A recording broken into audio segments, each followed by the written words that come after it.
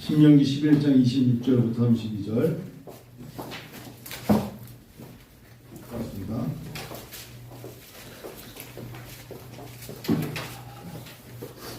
신명기 11장 26절부터 32절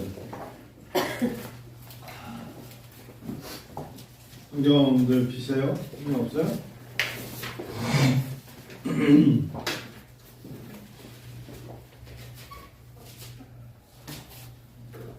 자, 읽을게요. 제가 26절 읽을게요. 내가 오늘 복과 저주를 너희에게 앞에 두나니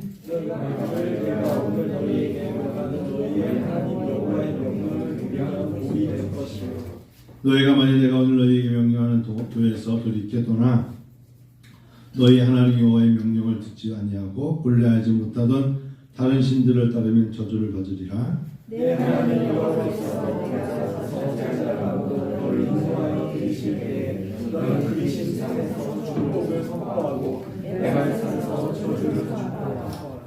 이 두 산은 요단강 저쪽 곧 해지는 쪽으로 가는 길 뒤 길갈 맞은편 모래 상수리 나무 곁에 아라바에 거주하는 가나안 족속의 땅에 있지 아니하냐? 너희가 요단을 건너 너희의 하나님 여호와께서 너희에게 주시는 땅에 들어가서 그 땅을 차지하려니 그것을 차지하려 거기에 거주하라. 같이 읽어요. 내가 오늘 너희 앞에 베푸는 모든 규례와 법도를 너희는 지켜 행할지니라. 아멘. 제목이 갈림길이에요. 갈림길.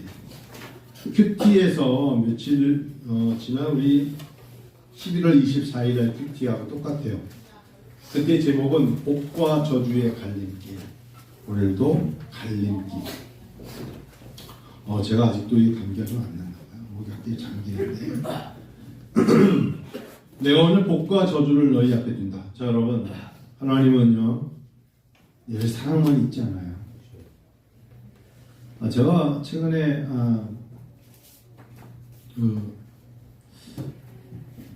OBS 영화에서 본 것 같기도 한데 제목이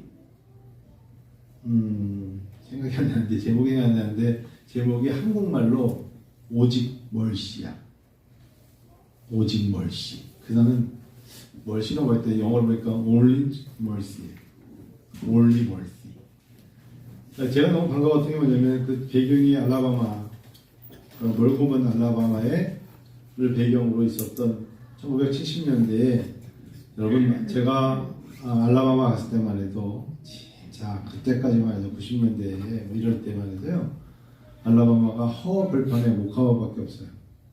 제가 있을 때는 헌스빌이고 헌스빌에서 2시간만 내려가면 버밍햄에서 좀 더 가면 몽커메리, 그리고 좀 내려가면 이제 몰로라는 곳이 있습니다. 그 배경이 몰로입니다. 몰로에서 있었던 이야기인데 제목은 오직 자비랄까요? 궁유자일까요? 멀시. 어떤 나라가도 자비는 왠지 불교 언어 같아가지고 저는 자비란 단어를 안 쓰고 궁유인데 오직 궁유. 조라는 사람이 배경이 옵니다. 조라는 사람이 벌목쟁이입니다. 나무를 벌목하는 사람인데 나중에 넷플릭스 영화 있어요. 벌목쟁이인데 하다가 이 사람이 한 18살 자기가 당시 진짜 있었던 이야기입니다. 당시 있었던 실화를 배경으로 한 건데 여자가 세탁소 라운드리샵에서 살해를 당합니다. 그 당시 사람들이 범인을 잡아야 되니까 못 잡으니까 제일 만만한 흑인 중에 한 명, 당시에 약간 힘있고 함부로 대하는 이 조라는 사람을 그냥 검사와 당시의 셰리프 보안관이 너야 너 얼굴 보니까 너가 들어가야 돼가지고 집에 가다 트렁크로 가다가 잡혀 들어가요. 그리고 사형! 얼굴 보니까 너가 죽인 것 같아. 넌 사형이야. 이거. 얼마나 어이없어요. 그 자존심이 있고 아내도 갑자기 날벼락 맞는 거죠. 그런 이야기입니다. 근데 그걸 봤던 백인이 있는데 그 백인은 그 당시 때 이 사람이 있었냐 그랬더니 없었죠. 이 사람 거기 간 적도 없다는데 그 스테이트에 그 카운티에 간 적이 없다는데 거짓말 치는 거야. 다 입을 막아서. 너 갔다 그래. 네가 만일에 봤다 그러고 그 자리에 있었다고 말하면 내가 너를 갖다가 벌을 좀 이렇게 낮춰줄게. 그러니까 그 사람이 이름 모르겠는데 그 사람이 거짓 증언하는 거야. 이게 하나의 큰 화제가 돼서 사람들은 그 흑인 놈, 그 검둥이, 그 주연이 제이미 폭스입니다. 여러분 제이미 폭스라고 아시죠? 흑인. 그 여러분 잘 아는 레이라는 영화에 레이를 주연을 맡았던 제이미 폭스라고 있습니다. 저는 레이라는 영화를 너무 감명이 와서 그 흑인 가수 레이가 피아노 치면서 했던 그 레이의 주인공 제이미 폭스가 있는데 이 제이미 폭스가 그 역할을 했거든요. 감옥 속에서 아무도 빼주지 않아요. 검사조차도. 그런데 어릴 적부터 예를 들면 1920년대부터 이제 배경으로 올라간다면 어릴 적에 그 가난한 흑인 동네에 컸던 사람이 흑인 애가 자기는 너무 알라바마의 이 어려운 이 흑인들에 대한 멸시 그리고 그게 오하이오 리버부터 미시시피 리버를 해가지고 굉장히 그 흑인 노예선을 타고 왔던 자기 할아버지들 이야기 들으면서 너무 억울했다 이거예요. 공부 열심히 했습니다. 그래서 어디로 왔냐? 하버드 로스쿨을 갔어요. 하버드 로스쿨을 다녀서 하버드 법대를 나왔는데 자기가 있었던 알라바마에 돌아와서 무료 법률 사무소를 차려가지고 억울한 사람들을 돕는 이야기예요. 내용은 그런 겁니다.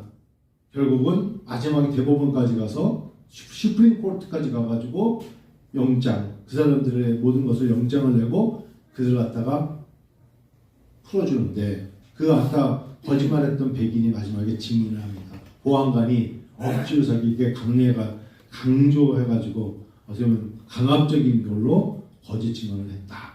그래서 뒤집어지는 그런 얘기입니다. 그럴 때 이 변호사가 마지막에 한 얘기, 이 젊은 변호사가 멋진 설교를 합니다. 하나님은 은혜로우시며 자비로우시며 시편 103편 하나님은 은혜로우시면서 하나님은 다 알고 계시지만 하나님은 이런 모든 것들을 저스티스, 정의를 구현하시려고 3년 동안 깜빵에 들어가 있던 이 사람, 조라는 사람 이걸 통해서 이 땅에 이 사건은 단지 한 사람의 우리가 말하면 니그로죠. 흑인을 상대해서 억울한 말이 아니라 이곳에 사는 알라바마의 모든 흑인들에게 여러분들에게 하나님이 왜냐면 거기 계속 주일날 그 문제 때문에 주일날 모여서 예배드리는 모습이 계속 나와요. 그 아내와 아이들이 찬양하고 예배드리면서 하나님 앞에 막 구하는 모습이 계속 나와요. 하나님은 한 사람의 억울함이 아니라 전체의 우리가 하나님 믿는 검은 사람들이 하나님 앞에 구함을 통하여 일하시는 것이다. 그런 얘기가 주제예요. 그러면서 마지막 법정에서 얘기하는데 하나님의 긍휼이 있기를 원합니다. 용서해 달라는 거예요. 저 사람들도 잘못된 것은 그게 하나의 주에서 굉장히 감동을 받았어요. 그러면 하나님은 알고 계시잖아요. 왜 누가 범인인지 알고 계실 거 아니에요. 왜 그리고 모든 흑인 교회들이 찬양대에서 기도하면서 하는 예배가 다 나온단 말이에요. 그럼 그들이 모일 때마다 찬양을 드려요. 한 사람은 억울하게 바로 전에 있던 흑인은 형장으로 전기공무로 죽으면서 그가 마지막에 부탁을 해요. 그래서 찬양 불러달라고. 그 옆에 사람이 울면서 찬양을 불러요. 자기는 정말 억울하다. 그렇지만 어쩌면 죽어요. 그런데 옆에서 찬양을 불러요. 저는 그곳을 향하여 찬양 불러요.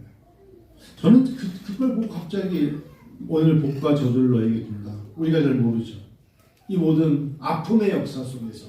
근데 하나님은 이 모든 걸 아시고 제가 공부했던 제가 살았던 헌스비 알라바마에는 그 이후로는 감히 그런 정의 앞에 흑인이라고 가다두고 백인이라고 우월감 그런 거 없어졌죠. 그들의 수고 때문에. 그래서 알라바마를 중심으로 나온 게 마틴 루터킹 주니어의 사건이 나온 거잖아요. 그게 알라바마 배경이잖아요. 하나님은 우리에게 복과 저주를 너희에게 줬다 그랬어요. 우리는 복만 누리고 우리에게는 저주란 단어가 없는 거 아닙니다. 예수를 믿어도 저주란 단어가 따라다녀요. 명심해야 돼요. 오늘날에 저도 그렇고 설교 잘 안 하는 게 하나 있어요. 지옥입니다. 예수를 믿다가 지옥 갈 수 있냐? 이런 질문을 합니다. 예수를 믿다가 예수를 떠나면 지옥 가면 안 가요? 저는 신학적 말씀드릴게요. 가요. 예수를 믿었는데요? 지옥 갑니까? 가요. 예수를 믿은 게 아니라 교회를 다닌 거죠. 예수를 영접한 게 아니라 교회에 일을 한 거예요. 하나님을 믿는 하나님의 이야기는 하나님의 백성들 중에 신명기 이야기는 하나님을 믿는 백성들을 상대로 얘기하는 거예요. 모세가 지금 당신의 백성들 누구? 가나안 땅을 향하여 가는 애굽에서 나온 선택받은 사람들에게 복과 저주를 얘기하는 거예요. 지금 애굽에 남아있는 출애굽하지 않은 사람들을 향하여 말하는 것이 아니라 출애굽된 하나님의 선택받음을 받은 사람들 중에 길을 가다가 하나님을 저버리고 금송아지를 만들어서 하나님을 섬겼던 모세의 형 같은 사람 아론도 있었어요. 그들을 향하여 마지막 들어갈 때까지의 경고를 하는 거예요. 복과 저주의 갈림길이 항상 온다. 하나님을 믿다 보면 복의 사람만 되는 게 아니라 세상의 것을 따라 나갈 수 있다.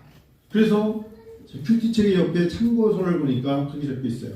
이스라엘 백성은 말씀에 순종하면 복을 받을 것이지만 누가요? 이스라엘 백성이 불순종하면 저주를 받을 것이라는 말씀을 기억해야 합니다. 가나안 땅에 들어가면 그림 신상과 에발산에 다시 한번 복과 저주를 선포함으로 이 갈림길과 그에 따라 달라질 운명을 기억해야 합니다. 갈림길이 있다는 거예요. 어느 순간에 매 순간에 우리에게 요구하는 것은 그래서 이것이 나에게 복인 것이다. 이것이 나에게 하나님의 축복인가? 하나님 나에게 하시는 은혜냐? 이걸 생각해야 된다는 거예요. 그에 따라 달라지는 운명을 기억해야 합니다. 우리는 날마다 매 순간 순종과 불순종의 갈림길에 섭니다. 제가 큐티책 읽고 있는 거예요. 하지만 우리는 두 길의 끝을 기억해야 하고 끝을 아는 지식으로 지금을 살아야 합니다. 아멘. 순종의 길을 선택해야 하는 갈림길에 서 있다면 더는 주저하지 맙시다. 저희 교회가 큰 교회도 아니고 개척교회도 아닙니다. 근데요, 여러분, 저는 큰 교회 목사님들 좀 만나거든요. 자기가 봤을 때 우리 교회 성도님들 중에 그분들 이야기가 50%가 예수를 만났으면 아주 다행이다. 50%가 예수를 만났다면 다행이다. 100명이라면 50명. 우리 이제 교회 숫자 많잖으니까 예수를 만나지 않은 상태에서 교회 생활을 하면 제가 개인적으로도 말씀을 드리겠죠. 그렇게 신앙생활 하시면 안 됩니다라고 어느 순간에 말을 합니다. 왜? 하나님 앞에 야단 맞을 건 저이기 때문에 그래요. 왜요? 제가 여러분의 영적 리더거든요. 자녀들이 잘못하면 누가 욕먹죠? 부모가 욕먹는 거예요. 애들이 다 컸어. 그래도 부모가 욕먹습니까? 무거운 마음이죠. 그때. 아이들이 잘못하면 부모가 욕먹는 거 맞잖아요. 영적으로도 마찬가지입니다. 오늘 말씀은 한마디로 그거에 복과 저주의 갈림길이 늘 있다는 거 잊지 말아라. 그래서 혼란하고 혼돈한 세대에 십자가를 바라보고 하나님 이걸 원하시는 것이 무엇인가를 깨닫고 나가야 된다. 여러분, 이 귀한 거룩한 주일에 예배드린다는 건 매우 감격이에요. 예배드리는데 좀 커피나 마시고 있고 되겠어요. 저녁에 설교하고 있는데 하나님이 예배드리는데 우리가 저는 처음인데 여러분, 우리가 정말 순종하고 하나님을 잘 따라가야 돼요. 그래야 하나님이 원하시는 거예요. 믿습니까? 아멘. 절대 믿으셔야 돼요. 저는 신학교의 교수로 학생들 가르치면서도 제가 얼마 전에 이름도 바꾼 사람이 있어서 은혜라고. 은혜라는 이름을 별로 안 좋아해. 꼭 은혜라는 이름 가진 사람들이 다는 아니지만 이름이 그 은혜가 아닌데 찬양을 너무 잘해. 맨날 특정 찬양을 해. 그래서 앞에 나서 막 다 좋은데 시험 볼 때 꼭 옆에 사람 거 보고 쓰고 과제를 해달라니까 다 인터넷에 다 있는 거 베껴오고 그래서 제가 불러가지고 나이가 40대 중후반 됐는데 F 그랬다고. 그때 자기 어느 나라 선교사 생활 5년 하다 왔는데 와 자기한테 F 줬다고 항의하길래 그 다음에 제 성격이 있잖아요. 퇴출! 나 신학과장 아웃. 그랬더니 이 여자 학교에서 진정서였어. 진정서 내용은 다 들어와요. 다시 학생과장 신학과장 아웃 그랬거든요. 정말 그럴 줄 몰랐나 봐요. 자기 남편까지 와서 아우 태양 불이 와가지고 물 두들기더라고요. 그러더니 선물하고 뭐 이렇게 사갖고 의약품 이만큼 갖고 그러니까 의약품 선교한테 꺼져 필요 없다 가져가. 그랬더니 뭐라는 줄 알아요? 진짜 강하게 하니까 한 번만 용서해 주세요. 이 집에 다 통했었는데 그 중에 안 통하네요. 한 번만 용서해 주세요. 그것도 또 제가 사는 평촌의 큰 교회, 그 교회 선교사 출신이에요. 그래서 눈을 크게 뜨고 쳐다봤더니 그 남편을 교사님, 혹시 목사님 어느 대학 어느 신학과 선배님 같으신데요? 그래 꺼져. 목사가 되기 전에 사람이다 그랬어요. 선교사가 되기 전에 사람이다 그랬어요. 네, 나쁜 새끼라 그랬어요. 대놓고 그렇게 해가지고 다 통했냐 그때까지 졸업하면 다냐. 굉장히 어떨 때는 너무 놀랐을 거예요. 세상에 저런 사람도 있구나. 그럴 수 있죠. 왜 그럴까요? 그 사람이 선교지에서 뭘 했을까? 뭘 가르쳤습니까? 여태까지 그 사람이 보냈던 의약품으로 뭐가 됐을까? 어마어마한 약을 의약품을 선교지에 보냈답니다. 저한테도 막 이만큼 갖고 왔다고. 필요 없다. 여러분 우리가 저도 부족하지만 하나님의 자비와 긍휼을 살지만 참 교만합니다. 참 교만하고 자만하고 하나님 앞에 무너지지 않고 회개하지 않고 잘못된 거면 다른 걸로 그거를 대처하려고 하나님 앞에 정말 제가 죄송합니다 하나님 제가 잘못했어요 이런 말을 하면 하나님이 봐주실 텐데 끝까지 꼬집거려요. 제가 애들 봐도 알아. 끝까지 그냥 내가 울면 이 사람이 봐주겠지 더 울어야지 더 땡깡 울어야지 더 울어야지 뭐 그러잖아요. 그럴 때 부모님들이 져요. 알았어 뭔데 빵 와, 음료수 썬키스트 아 그래요. 아주 하나님 앞에 그렇게 고집 부리면 안 돼요. 그게 복이 아니라 저주가 임하는 거예요. 새롭게 마음을 받아서 누가 어떤 지적을 해주면 나에게 이런 모습이 있었구나. 처음엔 듣기 싫고 괴로워도 고쳐야 돼요. 하나님 앞에 이렇게 살아야 복받는 인생이 되겠구나. 난 진짜 우리 한인 형제가 많이 뵀는데요. 어느 해 겨울에 그 추운데 차에서 히터도 안 켜고 자고 있는 거야. 그게 저 친구는 이제 내가 볼 때 기름 아끼고 이러려고 이제 나는 밤에 가보니까 아무도 없는 새벽 3시에 뭐가 움직여. 진짜 내가 너무 놀래가지고 내가 지금도 기억난다니까. 그러다 사람은 죽습니다. 큰일 납니다. 근데 제 말을 조금 들어주신 것 같더라고. 그 다음에는 안 자더라고. 그래서 나는 경찰에 신고하려고 했어. 사람이 자살하는 줄 알고 차에서 불 켜놓고 죽으려는 줄 알고 경찰에 신고하려고 했어. 그때. 그럴 수 있어요. 그게 얼마나 위험한 건데요. 사람의 몸이 너무 피곤한 거죠. 깊이 잠들면요. 동사가 됩니다. 큰일 났다. 그래도 제 말을 들어줘서 본인이 들어줘서가 아니라 귀찮아가지고 딴 데가 자고 있겠죠. 하여튼 그래도 지금 살아있잖아. 얼굴 보니까. 우리가 영적으로도 마찬가지입니다. 영적으로 누군가 지적을 당할 때 고쳐야 됩니다. 그게 복과 저주의 갈림길에 서 있는 겁니다. 우리 성도 여러분 너무 고맙고 감사합니다. 여러분들이 부족한 담임 목사의 말을 들어줘서 고맙습니다. 순종해 주셔서 감사합니다. 하나님이 여러분에게 복은 하나님이 주실 것입니다. 오늘 맨 끝에 끝을 나는 지식으로 지금을 살아야 합니다. 제가 연습해 봤습니다. 어떤 분이 저한테 문자 보냈습니다. 목사님, 까치발을 들고 사람들에게 잘 보이려고 키 커 보이려고 까치발로 어느 정도 서 계실 수 있습니까?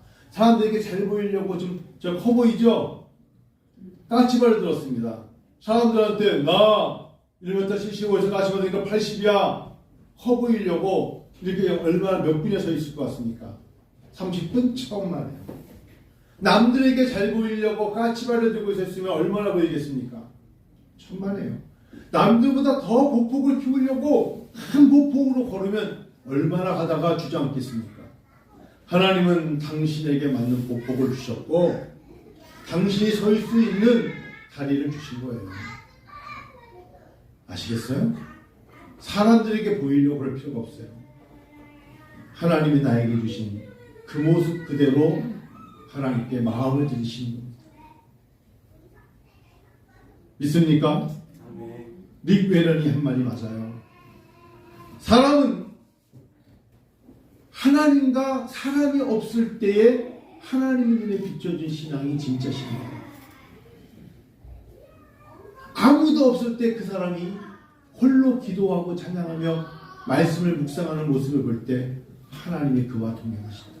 그게 언제인 줄 아세요? 병실이에요. 그래서 마지막에는 거기밖에 있을 곳이 없어서 마지막 누워있을 때 진짜 그때 밖에 없다는 건 불행하고 힘든 것이지만 마지막 기회가 되듯이 병실에 내가 누워있지 않은 나 혼자만의 시간에 하나님을 찬양하고 기도하며 말씀을 볼 수 있다는 것은 축복으로 가는 길에 인도함을 받는 것이죠. 그래서 혼자 있는 걸 못 견디시는 분들, 야곱이 압곡강에서 혼자 하나님과의 친결을 하듯이 혼자 있어야 됩니다. 예수님도 겟세마네 동산에서 홀로 기도하셨습니다. 십자가에서 예수님 홀로 십자가 지신 거예요. 이 엄청난 훈련 잘 담당하기를 원합니다.